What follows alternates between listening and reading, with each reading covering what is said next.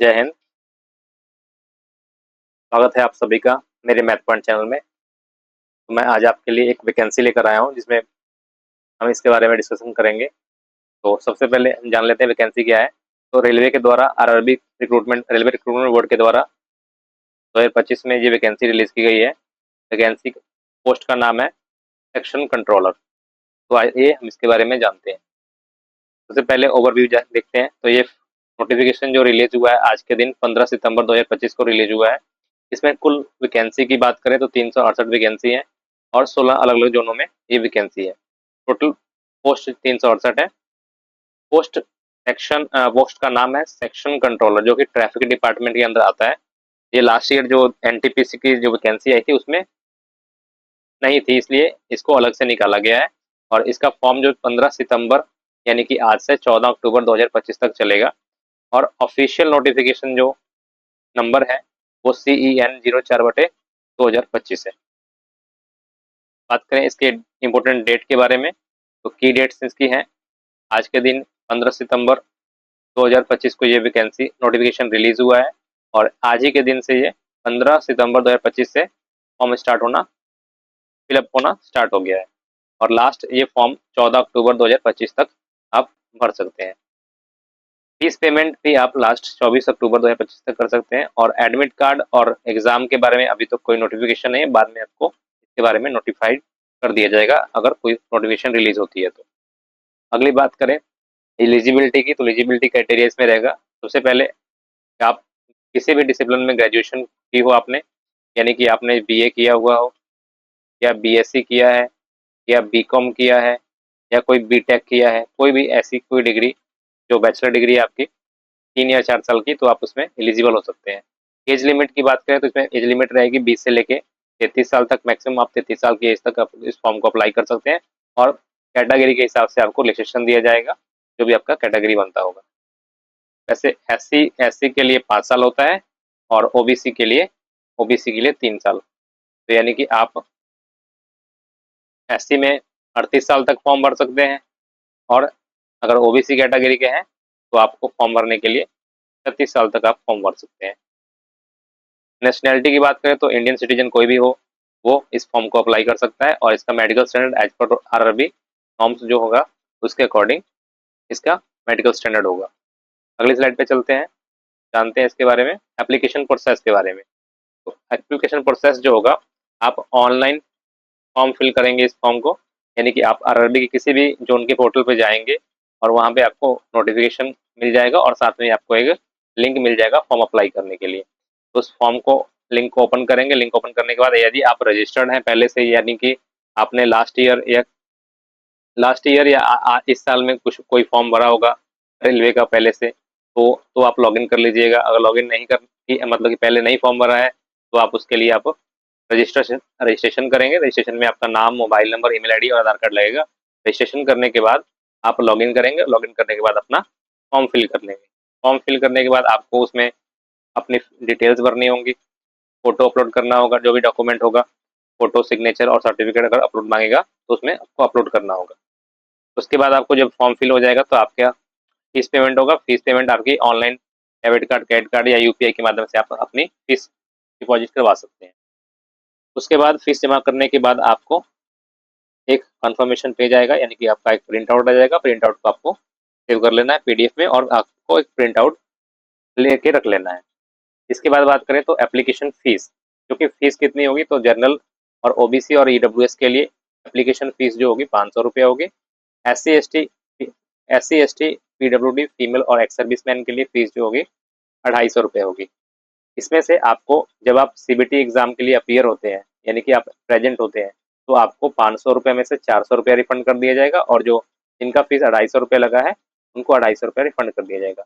और इसमें एक छूट और है, अगर आप SC/ST हैं तो आपको इसके साथ ट्रैवलिंग पास भी मिलेगा। अगर आपका एग्जाम किसी दूसरे शहर में आता है तो आप वहाँ पे जाके free of cost by train ticket book करवा के जा सकते हैं, यानी कि ट्रैवल करने के लिए आपको कोई किराया नहीं देना पड़ेगा।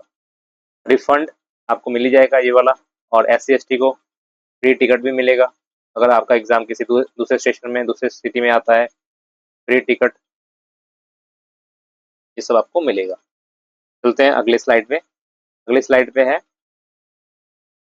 Selection procedure. तो इसमें जो सिलेक्शन प्रोसीजर है, सिर्फ सीबीटी 1 होगा, एक ही एग्जाम होना है। एक ही एग्जाम के बाद आपको डॉक्यूमेंट वेरिफिकेशन किया जाएगा और उसके बाद मेडिकल स्टैंडर्ड का एग्जामिनेशन होगा। उसके बाद आप फाइनल मेरिट लिस्ट तैयार होगी और फाइनल मेरिट लिस्ट में जो भी नाम आएगा वो अपना ज्वाइनिंग लेटर के थ्रू अपना ज्वाइनिंग कर सकते हैं जिस भी जोन में आपने अप्लाई किया होगा। तो ये तो हो गया सीबीटी के बारे में।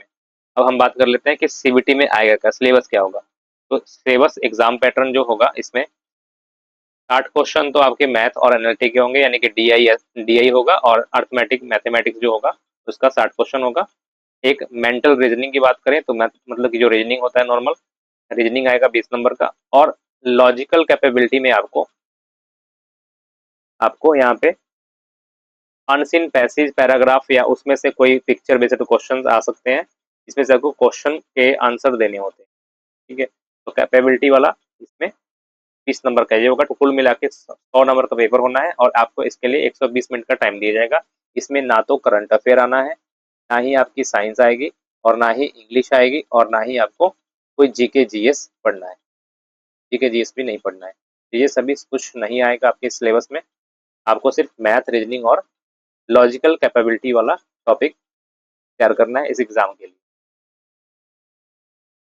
इसके बाद सैलरी की बात करें तो इसमें बेसिक जो पे होगा लेवल 6 में पे होगा और 35,400 रुपया इसका बेसिक है, और ग्रॉस अलाउंस मिलाकर इसका 50 से 55,000 रुपये पर मंथ बन जाता है। ये डिपेंड करता है XYZ सिटी पे, तो सिटी के अकॉर्डिंग ये वेरी करता रहता है। 50 से 55,000 के अराउंड आपको सैलरी बन जाएगी। और इसमें आपको अदर से बेनिफिट क्या क्या मिलेगा, तो आपको डीए मिलेगा, एचआरए मिलेगा, टीए मिलेगा, नाइट ड्यूटी के लिए अदर से अलाउंस मिलेंगे, और अदर कोई भी वर्क्स जो भी होगा तो वो भी आपको खर्चा मिलेगा। इसके बाद बात करें डॉक्यूमेंट रिक्वायर्ड, जब भी आप फॉर्म फिल करेंगे तो फॉर्म फिल करते टाइम आपको passport size photo, signature white paper पे कर लेना है, ब्लैंक ब्लैंक पेपर पे कर लेना, व्हाइट पेपर पे ब्लैक पेन से। और पासपोर्ट साइज फोटो होगा आपका जो वाइट बैकग्राउंड का होना चाहिए, और बैचलर डिग्री की कोई भी बैचलर डिग्री का जो सर्टिफिकेट होगा आपका वो, जिससे आप मार्क्स को फिल कर सके। और अगर आपके पास कोई कैटेगरी है तो कैटेगरी वाला सर्टिफिकेट, ठीक है, वो लगेगा। और आईडी प्रूफ में आधार कार्ड, वोटर कार्ड या डीएल आप लगा सकते हैं। तो ये डॉक्यूमेंट आपको जरूरत पड़ेगी जब भी आप फॉर्म फिल करें, इस डॉक्यूमेंट को अपने पास रख लें ताकि डिटेल आसानी से भरी जा सके। फिर बात करते हैं इंपॉर्टेंट इंस्ट्रक्शंस की। तो जब भी आप फॉर्म अप्लाई करेंगे तो फॉर्म हो सके तो आप फॉर्म जल्दी से जल्दी अप्लाई कर लें, क्योंकि बाद में क्या होता है कि फॉर्म स्टार्ट होने के लास्ट तक जब हम वेट करते हैं तो लास्ट वाले दिन में ज़्यादा रश होने के कारण सर्वर बिजी हो जाता है, सर्वर इशू आता है, तो हम उस टाइम में फॉर्म नहीं भर पाते हैं। तो इसलिए आप फॉर्म स्टार्टिंग के ही दिनों में भर लें। और एक कैंडिडेट जब भी फॉर्म भरेगा तो एक ही फॉर्म अप्लाई करेगा, ये ना हो कि मल्टीपल फॉर्म भरे, एक फॉर्म ही आपका एक्सेप्ट होगा। वेरीफाई डिटेल्स बिफोर सबमिशन, आपको जब भी कोई फॉर्म सबमिट करना हो या कोई भी जब फॉर्म भर रहे हैं, जब एक पेज से दूसरे पेज पे जाते हैं तो जो भी अपने डिटेल भरी है उसको पूरे ध्यान से उसको वेरीफाई कर लेना है, फिर जाके उसको सबमिशन करना है। क्योंकि इस एक बार जब आपने डिटेल जो भर दी उसको फिर करेक्शन करना पॉसिबल नहीं होता है। तो आप फॉर्म को पूरे ध्यान से भरें। और अगर कोई भी आपकी क्वेरी हो तो आप आरआरबी के हेल्पलाइन या नोटिफिकेशन में जाके आप उनसे हेल्प ले सकते हैं। मतलब कि नोटिफिकेशन में जाकर उसमें आपको कॉन्टैक्ट नंबर मिलेगा, उस पर कॉल करके आप उनसे हेल्प ले सकते हैं। अगर कोई भी जानकारी चाहिए तो आप मुझे कमेंट भी कर सकते हैं, इस वीडियो के नीचे कमेंट कर देंगे तो मैं कुछ सोल्यूशन आपको दे सकता हूँ।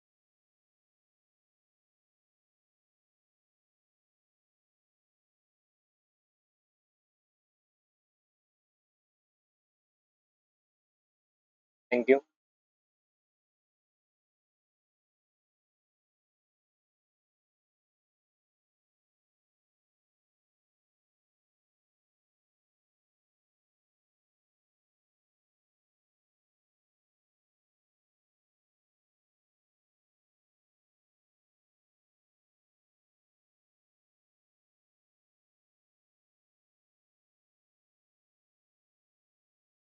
अगर आपको ये वीडियो अच्छी लगी हो तो इसको शेयर करें, लाइक करें और सब्सक्राइब करें अगर आपने वीडियो चैनल को अभी सब्सक्राइब नहीं किया है। फिर से थैंक यू।